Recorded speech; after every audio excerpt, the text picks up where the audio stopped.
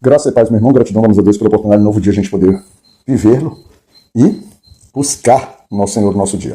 Nossa meditação seguirá no livro de Jó, capítulo 33, e o versículo de trabalho que a gente vai trazer é o versículo 6 e 7, que diz assim: para Deus, você e eu somos iguais, e eu também fui formado do barro. Por isso não tenha medo de mim, a minha intenção não é esmagar você.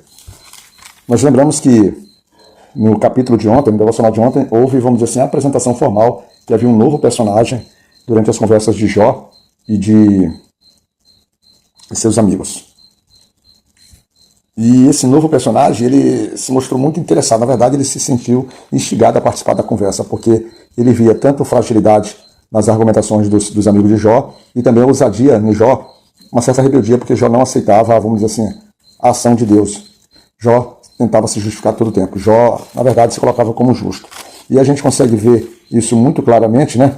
Muito claramente. Primeira intenção, porque o Eliú aqui, diferentemente dos seus amigos, ele pede para que Jó não, vamos dizer assim, não fique com medo, não se angustie, não se apavore, não se desespere. Porque, diferentemente dos outros amigos, o propósito dele é diferente. Na verdade, o propósito dele seria exortá-lo, mas é um ponto de uma compreensão com sensibilidade. E ele diz assim: olha, eu também sou frágil que nem você, eu também fui formado pelo mesmo Deus. E de mim vem também o sopro do Todo-Poderoso que me dá vida. Então eu e você, nós somos iguais nesse sentido. E por sermos iguais, nós somos sujeitos a coisas semelhantes. Mas ele vai e fala, diz o seguinte, que o que incomoda ele nas colocações de Jó é que Jó, ele se coloca o tempo todo como inocente, ele não aceita a sua culpa diante do Senhor. E Eliú traz isso muito claramente quando retrata lá no versículo 9, assim: não sou culpado, não fiz nada de errado, estou inocente, não cometi nenhum pecado. Ele retrata aqui, do versículo 8, aqui, do 9 até o 11, umas colocações praticamente que você vê lá no capítulo 13 de Jó. Ou seja, Jó, ele coloca como se ele sendo justo e Deus estivesse sendo injusto na aplicação daquela situação. E coloca, na verdade, Deus como o Eliú vê que Jó coloca Deus como se eu fosse o inimigo, ou seja, ele me trata, ou seja, Deus vê Jó como se fosse o inimigo de Deus, sendo que para Jó não era inimigo de Deus. Na verdade, Jó era um homem temoroso, um homem sadio, um homem que andava nos caminhos da retidão do Senhor. Jó era alguém que servia ao Senhor e não conseguia entender, então, por que o Senhor o via daquela forma, né? Daquela forma. E aí, ele começa a receber ali a repreensão de Eliú. Ele começa a receber essa repreensão, porque a primeira coisa que Eliú diz assim: mas eu lhe digo, versículo 12, mas eu lhe digo que você não tem razão, pois Deus é maior do que as criaturas humanas. Então, Jó não poderia, então, se colocar daquela forma, como se fosse até superior a Deus, no sentido de assim: como é que tu tens razão e Deus não tem?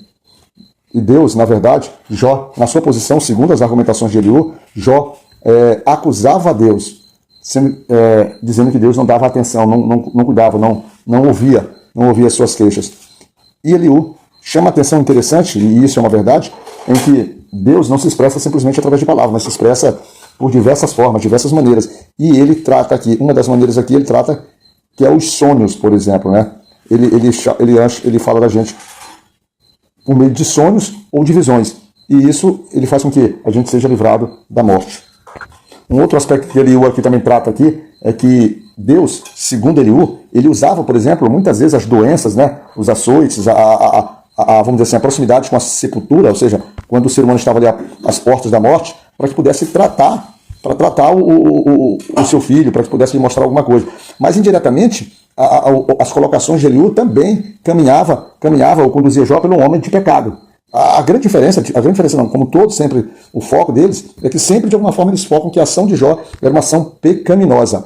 E aí, o Eliú coloca que, mas Deus não, Deus socorre e traz a saúde ao corpo e trazendo a juventude para a pessoa, dizendo que, inclusive, orientando Jó a orar, colocando, por exemplo, de uma forma até perigosa, que toda e qualquer oração da gente poderia ser ouvida, ou seja, que quando a gente ora para o Senhor, praticamente a gente deve esperar a resposta, que será uma resposta favorável, sendo que lá em Tiago, às vezes, no nosso Novo Testamento, a gente diz assim: orai e não receber porque pedis mal, né? Isso claramente. E ele, quando fala da oração, ele diz lá no versículo 27 assim: ele dirá a todos: pequei, cometi injustiça, mas Deus não me castigou. Ele me salvou da morte, eu ainda posso ver a luz. Você está sempre vendo, né? Que, apesar que eles falam verdades, mas as verdades estão sempre associadas ao homem pecador que era Jó. E por fim, ele conclui no versículo 31, dizendo: agora Jó, escute com atenção, fique calado, pois vou falar. Se você tem alguma coisa a dizer, responda. pois eu gostaria de lhe dar razão. Se não, fica lá, discute, que eu lhe ensinarei como você sabe. Então essa é o começo da argumentação desse jovem Eliú, como semelhante aos seus amigos, ele traz verdades, mas verdades sempre baseadas, fundamentadas no erro, na iniquidade de Jó, que é uma coisa que de fato não acontece. Graças a Deus Pai Todo-Poderoso, que Deus possa te abençoar e que possa conduzir tu e tua família pelas bênçãos que Ele tem preparado. Que Deus te cuide, meu irmão.